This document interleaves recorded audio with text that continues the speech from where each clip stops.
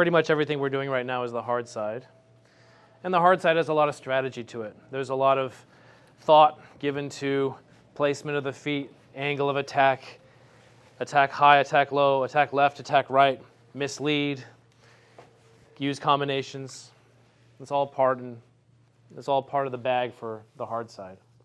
On the soft side, though, as you know, it's a lot of grappling techniques, and it's hard to find the right time to use them in live sparring. When you grapple, there's obviously more opportunity. When you clinch, there's obviously more opportunity for that. But if you look at our curriculum sets, a block of 10 techniques, say it white belt, say it purple belt. If you take a selection of any of those 10 techniques, you're going to see a hodgepodge of different sources. Some of them are pretty obviously judo. The hip throw in white belt in here, that's pretty obviously judo, right? You've got practical things also. You've got pretty obvious jujitsu too.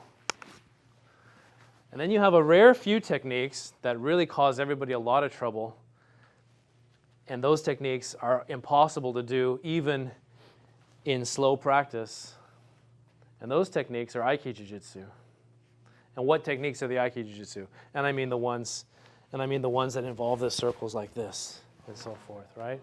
Or the ones that involve, the counterbalancing and follow through and all this. And those can be pretty frustrating to try in live fighting or sparring.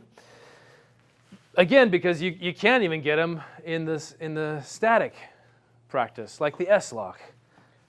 The S-lock, I can make it work, but when we have beginners try it, I think Harold can do it, but go ahead, give it a try. He's almost got it. He'll probably get it, but my point is it's not reliable for him. It's not a go-to yet, is it? Aiki-Jujutsu was meant as the higher level of Jujutsu. You had a Jujutsu black belt first, and then he went and he did Aiki-Jujutsu. Aiki-Jujutsu was a refinement of Jujutsu. It's when your Jujutsu was so good that now you're ready to try Aiki, uniting it with Ki, where your movement is so perfect and circular and fluid that you can do more than just a lock. That's a long-term goal, to be able to do Aiki. The Aiki-Jujutsu techniques within those curricula is a long-term goal. But you have a lot of stuff to work on all the way. You have the kickboxy stuff that you can learn pretty quick, only takes a couple of years. You have the normal jujitsu, which only takes about 5 to 10 years. And then you have the Aiki-Jujutsu, which was a 20, 30-year project, right? But those things are sprinkled in for you, so you have stuff to chew on. You have the slow-dissolving tablets. You have the quick snacks, and then you have the slow-burn carbs. I hope you get what I'm talking about. It's all mixed up in there for you. But let's talk about one way that we can actually find some Aiki within live sparring, even in the beginning. My opponent is going to throw a jab. When he throws a jab, I'm going to lean away. At some point, I may curl over and hook this way. So, I always tell you that when you use the outside round block, you have to have your weight on the back so that you can turn up and over. This is breaking that rule. But it's okay that I'm breaking that rule because I'm going to move and lean my weight past him to the right away. So as he jabs, I am putting my weight down, but I'm rolling over first and then hugging down to here like this. You see how I've moved my head over here? And nonetheless, I've trapped his hand. Let's say he jabbed and I caught it right here. And it's like this. From here, I can right away cross and hit his face. If he were to hit my face, which he can do, go ahead, he can. I can intercept that. As he starts to throw that, I can still turn this way. You see how I have a little bit of leverage on his arm. So the moment I get this, he may try to throw. It is a jab and a cross. He may throw the cross. I can still control it with this. See how the moment he starts to turn, just this? Now, what technique is this? What is that related to? Yeah, it's just the white belt Sonmoksu. Of course, you learned it this way.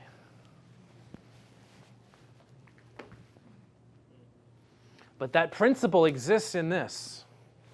Well, it's the punch. the principle exists in this. Look, here it is. It's right there. Even without that step, when he punches me, it's in this. See that? So here's the technique. He jabs.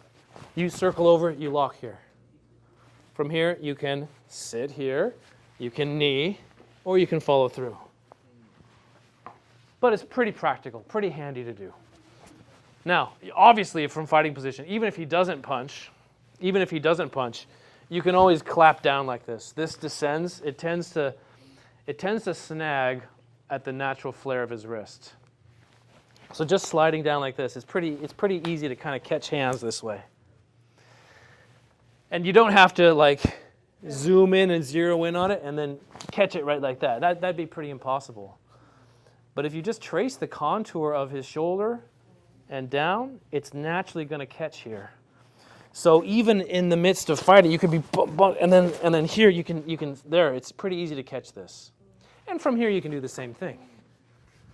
But what you're going to have to do is pull down first, because the moment you hold this, he's going to hit you with that. Right. So he tries to go there, pull it down. Every time he tries to punch, pull it down, and then do it. All right? Anyway, what you're going to practice, he's going to jab, you're going to catch this on the outside and put this over here, or catch it on the outside and hit. The moment he tries to hit you, turn with it. Turn with it. Make sense? All right, try.